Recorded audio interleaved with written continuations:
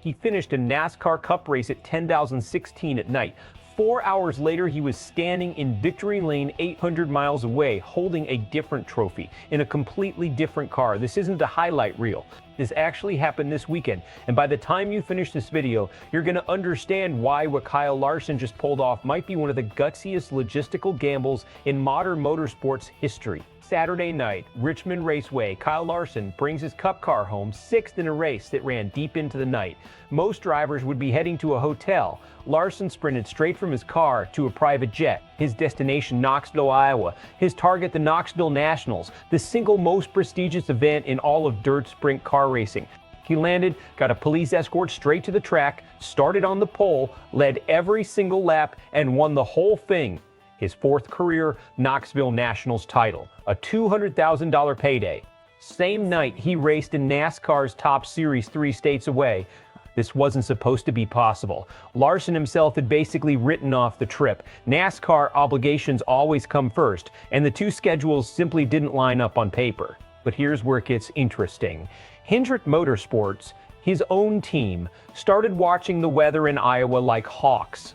When storms rolled in and delayed the Knoxville start by roughly 4 hours, that gap became an opening. Team President Jeff Andrews and crew chief Cliff Daniels quietly built a contingency plan, betting that if the timing broke their way, they'd take the shot. And this is a team that understands who they're dealing with.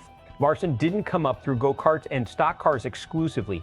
He was slinging a sprint car around dirt ovals in California at 7 years old. Dirt racing isn't a side hobby for him, it's his roots. His own kids are out there running dirt now too. So when Hendrick built him an escape hatch, this wasn't some publicity stunt, it was a team recognizing what actually matters to their driver. Let's talk about what this really requires, because on the surface it sounds like a fun stunt.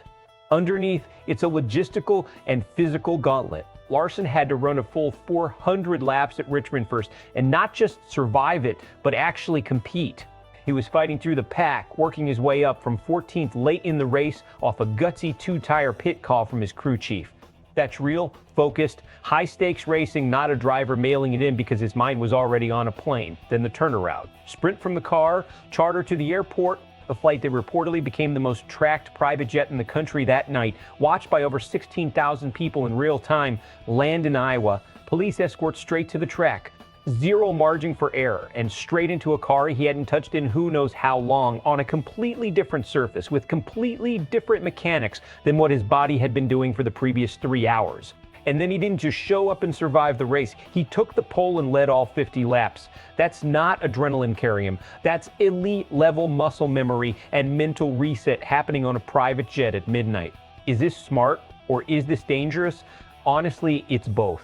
The fatigue risk is real. The travel risk is real. One bad landing, one missed connection, one mechanical hiccup, and this story reads completely differently. But Hendrick didn't build this plan recklessly. They built a backup they were prepared to scrap entirely if conditions didn't line up. That's the difference between chaos and calculated risk. You can already feel the split reaction building. On one side, fans are calling this one of the most electric individual nights in recent motorsports memory, a driver refusing to choose between a sport that pays him and the sport that raised him. On the other side, expect the skeptics. Some analysts are going to ask whether NASCAR teams should be facilitating this kind of side quest during a playoff push, especially with Larson still fighting to lock in his postseason positioning. Either way, nobody's ignoring it. This is the kind of night that gets replayed on highlight shows for years. Best case, Larson rides this momentum straight into the chase. The confidence boost, the reminder of why he races in the first place, translates into sharper performances down the stretch, and this becomes the feel-good storyline of his championship defense. Worst case, the toll catches up with him. Fatigue, travel stress, or a lingering physical grind starts showing up in results over the next few weeks, and critics point back to this exact weekend as the moment the wheels started coming off. Right now, nobody knows which version we're getting, but that uncertainty is exactly what makes the next few races must watch. So here's the real question. Was this the greatest single-night double in motorsports history, or an unnecessary risk during a playoff push that could come back to bite him? Drop your take in the comments. Best case or worst case, which one are you betting on? If you want more breakdowns like this, the moment something insane happens in this sport, make sure you're subscribed, because SportsWire USA isn't slowing down anytime soon.